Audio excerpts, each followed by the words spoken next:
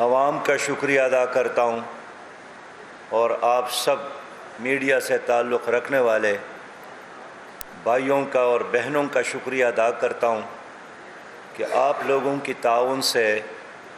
کل ایک پرامن ہڑتال ہوئی ہے، اور اس ہڑتال نے پاکستان کی حکومت کو ایک پیغام دیا ہے کہ ہم ان معاہدوں کو تسلیم نہیں کرتے جو سابقہ حکومتوں نے کی ہے۔ آئی پی پیز کے ساتھ یہ معاہدے جن لوگوں نے کی ہے انہوں نے پاکستان کے ساتھ،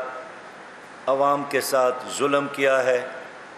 غداری کی ہے، بے وفائی کی ہے، اور اس کا 100% فائدہ یہاں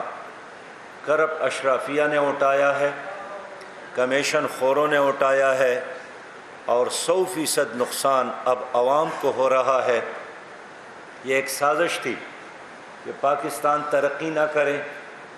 یہاں سولر انرجی ترقی نہ کرے، یہاں پن بجلی ترقی نہ کرے، یہاں ڈیمز نہ بنے۔ اس لیے ان مصنوعی معاہدوں کے ذریعے قوم کو اندھیرے میں رکھا گیا اور پھر اندھیروں کی طرف دھکیلا گیا، اور آج ان غلط معاہدوں کی وجہ سے پاکستان کے 24 کروڑ عوام ایک مشکل میں، ایک عذاب میں مبتلا ہے۔ جماعت اسلامی نے پہلے دن سے اس کی مذمت کی ہے، اور ہم رائٹ ٹو انفارمیشن کا جو حق ہے اس کے تحت ان تمام معاہدوں کی تفصیلات لے کر آئی پی پیز کے ان معاہدوں کے خلاف ہم سپریم کورٹ میں بھی جائیں گے، اور ہم عوام کے سامنے بھی اس کو بے نقاب کریں گے، اس لیے کہ ان معاہدوں کے نتیجے میں پاکستان کی عوام، اس کا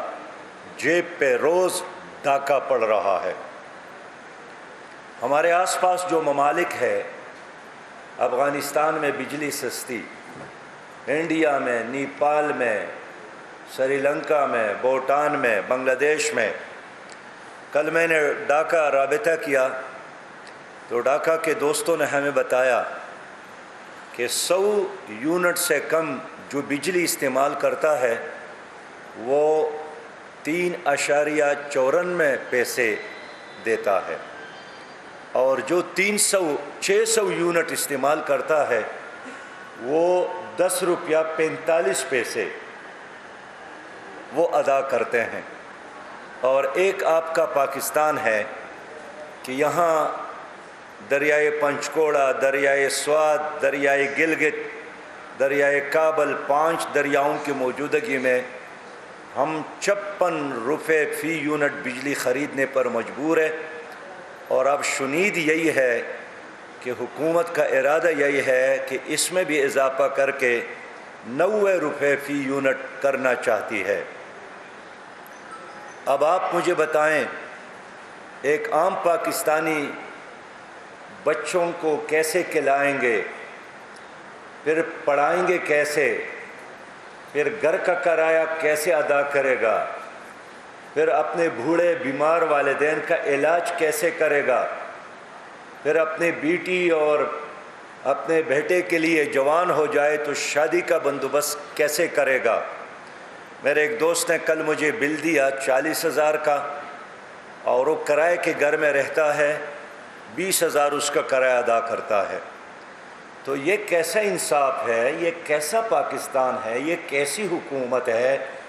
اور ان کی کوپڑیوں میں ایک ایسے دماغ ہے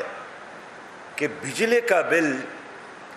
آمدن سے کم نہیں ہے، آمدن کے برابر بھی نہیں ہے، اب آمدن سے زیادہ ہے۔ اور یہ ایک مہینے کی کہانی نہیں ہے، ایک مہینہ بل آیا، زیادہ آیا تو لوگ پڑوسی سے قرضہ لیں گے،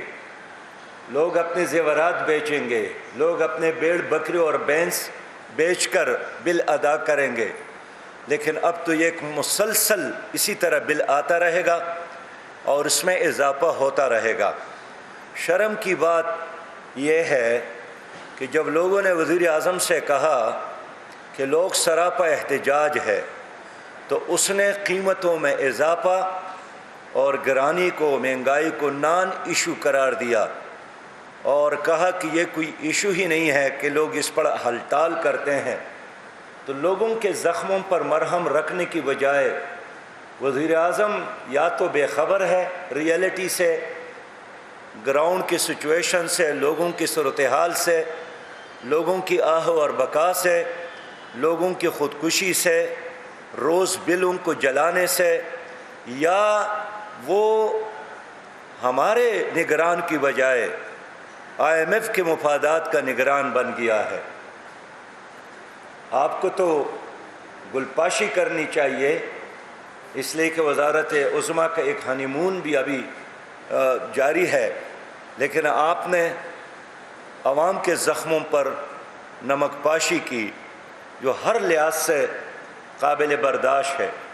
آپ نے آنے کے بعد 1 مہینہ بھی نہیں گزرا ہے،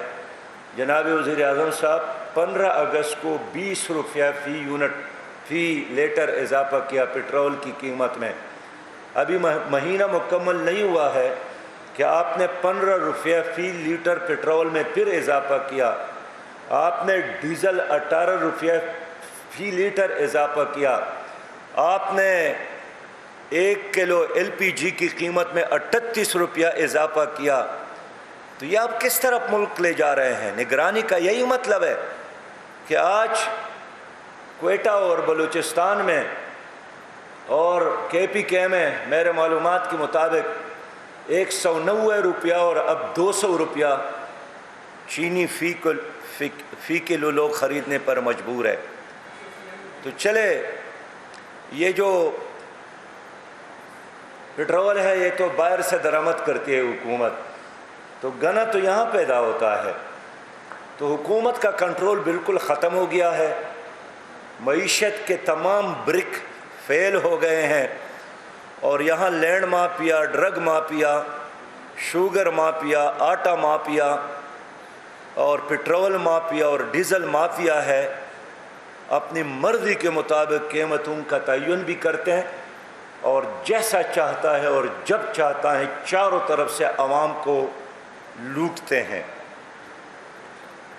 میں وزیر اعظم صاحب سے یہی کہوں گا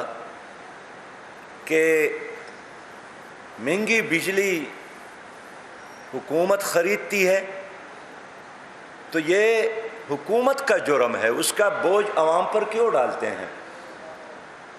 کل تو آپ کہتے ہیں کہ بجلی نہیں ہے اس لیے ہم دے نہیں سکتے، لوڈ شیڈنگ اس وجہ سے۔